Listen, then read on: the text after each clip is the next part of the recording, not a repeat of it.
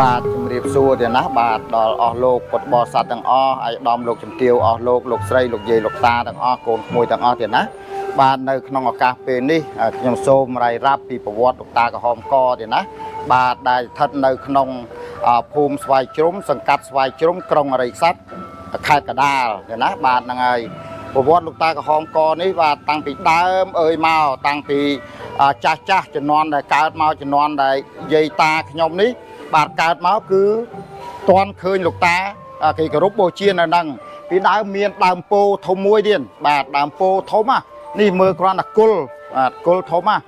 តែដល់ពេលមកជំនាន់នេះលោកបានបាក់មេឃទៅហើយក៏បានអាលុំបានអាលុំទៅហើយមាន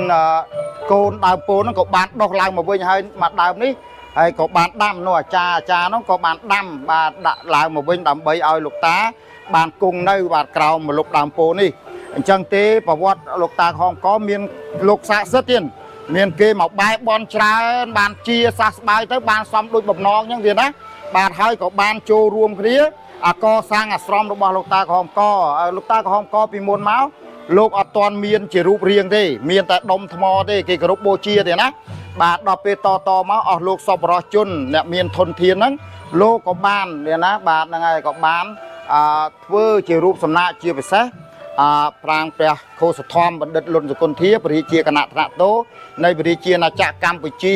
បាទនឹងព្រះវិន័យធម៌គុណខេត្តកណ្ដាលព្រះអនុគុណក្រុងអរិយស័ព្ទជាព្រះគ្រូចៅអធិការវត្តស្វាយជ្រុំលោកក៏បានជ្រុំជ្រែងជាមួយ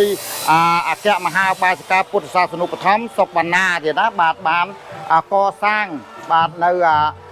រូបលោកតាបាទសាងសង់រូបលោកតាថ្មីឲ្យកើតជារូបរាងអញ្ចឹងទៀតណាបាទពីមុនដុំថ្មអញ្ចឹងទៀតបាទហ្នឹងហើយពីមុនគេគោរពអញ្ចឹងដល់ពេលឥឡូវមានការសម្ពោធមានការអភិសេកលោកតាអីត្រឹមត្រូវទៀតបាទដំណាក់កាលកន្លងមកហ្នឹងបាទនិមន្តទាំងសម្ដេចសង្ឃមកដែរបាទសម្ដេចសង្ឃទេពវង្សទៀតបាទហ្នឹងហើយមកដើម្បីនឹងយើងប្រោះព្រំដល់បើយើងអភិសេកបង្កើតនៅរូបលោកតាថ្មីទៀតបាទអាស្រមថ្មីនេះបាទឲ្យបានជាចេញរូបរាងអញ្ចឹងហើយឥឡូវនេះក៏បានកសាងនៅរោងទៀតណាបាទដើម្បីនិមន្តព្រះសង្ឃមកប្រពៃនៃកិច្ចកម្មវិធីម្ដងដូចជាដាលោកតាអីចឹងបាទតែចូលខែ3គេប្រពៃកិច្ចកម្មវិធីដាលោកតាគេហៅដាលោកតាកណ្ដាលភូមិទៀតដាលោកតាក្រហមកនឹងជារៀងរាល់ឆ្នាំនឹងតតាំងពីតំណតកូនតចៅមកគេធ្វើអញ្ចឹងបាទទំនៀមទម្លាប់គេធ្វើអញ្ចឹងទៀតណាបាទហ្នឹងហើយដល់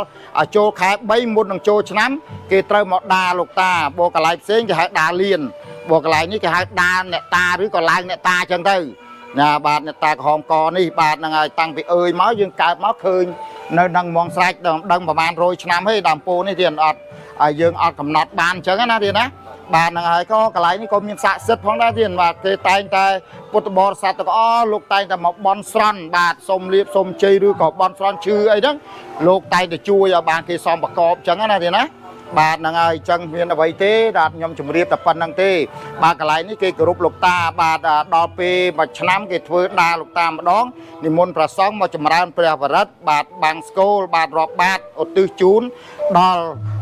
ដួងវិញ្ញាណក្ខន្ធដល់លោកតាក្រហមកហ្នឹងទៀតណាបាទលោកឲ្យបានលោកនោះជួយកូនចៅទាំងអស់ទូទាំងព្រះរាជាណាចក្រកម្ពុជាហ្នឹងឲ្យបានសេចក្តីសុខនៃចម្រើនតរៀងទៅទៀតណាបាទមិនថាកន្លែងនេះទេលោកតាក្រហមកនៅគ្រប់កន្លែងហ្នឹង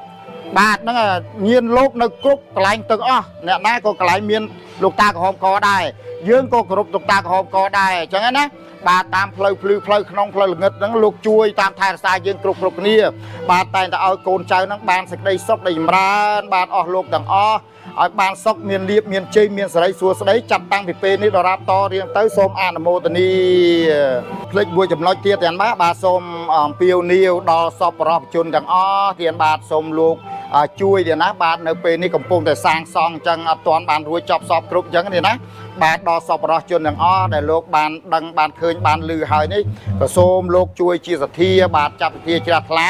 តាមកម្លាំងសទ្ធារៀងខ្លួនតិចក្តីច្រើនក្តីអីជួយឧបត្ថម្ភទៀតណាបាទដល់កន្លែងកសាងសមិទ្ធផលនានានៅក្នុងអាស្រមរបស់លោកតាក្រហមកដែលស្ថិតនៅភូមិស្វាយជ្រុំសង្កាត់ស្វាយជ្រុំក្រុងអរិយស័ព្ទខេត្តកណ្ដាលទៀតណាបាទចឹងទេក៏សូមអរគុណទុកជាមុនទៀតបាទសូមអរគុណទៀត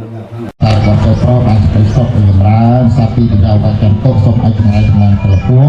ប្រាចេញគឺថាចូលឲ្យជាវិញ្ញាណឆ្ងាយទៅសពរោគវិញ្ញាណសន្តោសូមឲ្យរោគកំពុងរបស់នឹងទីសស្បែកទៅមានទេវត្តអន្តរយោអន្តរាយក៏បីមានបានអ្នកឡាយសុខេទីជាយុគោប្រភពសូមឲ្យជាប្រពន្ធមានស្ដីសុខមានអាយុវែង